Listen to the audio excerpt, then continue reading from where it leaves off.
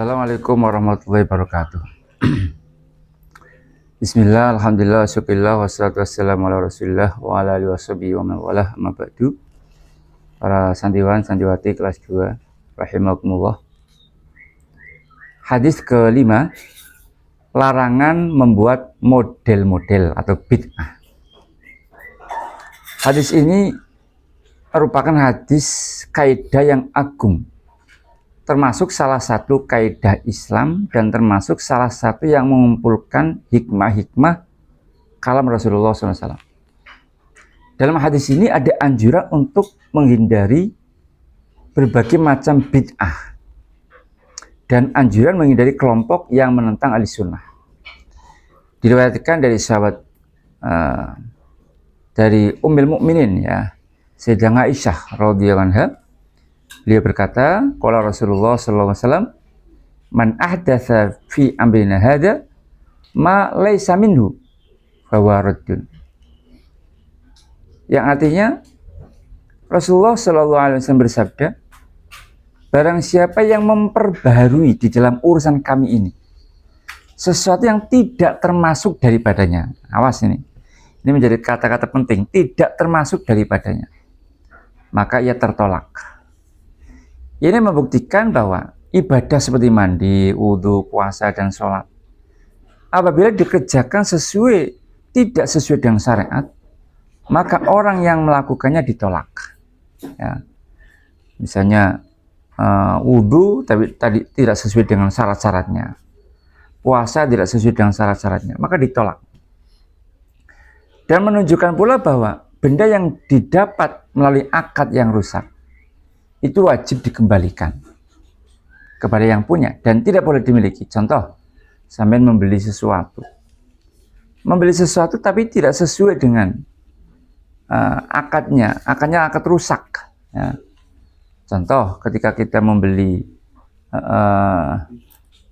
seekor sapi misalnya, kita harus tahu ya kondisinya bagaimana. Nah, kalau kita hanya melihat gambar, ya, ini berarti bisa terjadi hurur. Ya. Dan betul ketika misalnya saya minta seekor sapi yang harganya sekian, bobotnya sekian misalnya. Ternyata ketika datang tidak sesuai dengan akad, maka benda yang didapat oleh akad yang rusak ini wajib dikembalikan. Dan hadis ini juga menunjukkan bahwa orang yang berbuat bid'ah dalam agama, ya, dengan bid'ah yang tidak sesuai, ya, yang tidak sesuai dengan syariat, maka dosanya ditanggungnya dan amalnya juga ditolak. Dan bahwa dia berhak mendapatkan ancaman laknat Allah Subhanahu wa ta'ala. Tapi ini tadi saya sampaikan sesuatu yang tidak termasuk, ya, yang tidak termasuk daripada agama itu. Lah kalau termasuk nggak apa-apa. Artinya apa? Sekarang banyak orang mengatakan kullu bid'atin dolalah wa kullu dolalatin finnar. Setiap bid'ah itu sesat. Dan dia mengartikan bid'ah ini secara umum, pokoknya sesuatu yang nggak Nabi lakukan, maka itu bid'ah dan ditolak. Nah, ini nggak boleh, nggak bisa seperti itu, nggak bisa dimutlakan. Nah, asalkan, walaupun Rasulullah nggak melakukan, asalkan ada dasar-dasar dalam agama, maka nggak apa-apa, nggak apa-apa. Contoh misalnya, ya, adanya tahlilan. Tahlilan Rasulullah sendiri mengatakan afdhalul dzikri la ilaha illallah. Kemudian ada lagi kalimatani khafifatani, kata Nabi. Khafifatani fil lisan, thaqilatani fil mizan. Yaitu subhanallah bihamdi. Ini kata Nabi. Nah, dalam tahlil juga ada bacaan itu. Kemudian mereka mengatakan bahwa tahlil bid'ah, Rasul nggak tahlil. Ini kan berarti terlalu mengambil dalil dari Rasulullah hanya letel-lenyaknya saja, letel-lekes mawon, boten enggak kurang teliti ya.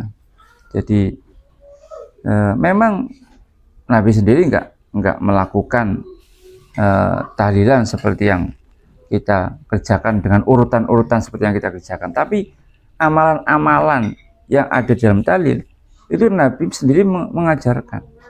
Ibaratnya kalau kita mau mencari tape di pematang sawah ya nggak ketemu ya. Di pematang sawah aja ya singkong ya. Nah, kemudian singkong itu diproses menjadi tape kan begitu. Nah, jadi kita enak, kita sudah tinggal mengamalkan ya, sudah diproses oleh para ulama-ulama dulu kita, bacaan-bacaan anjuran dari Rasulullah dikemas demikian rupa jadi tahlil kan begitu.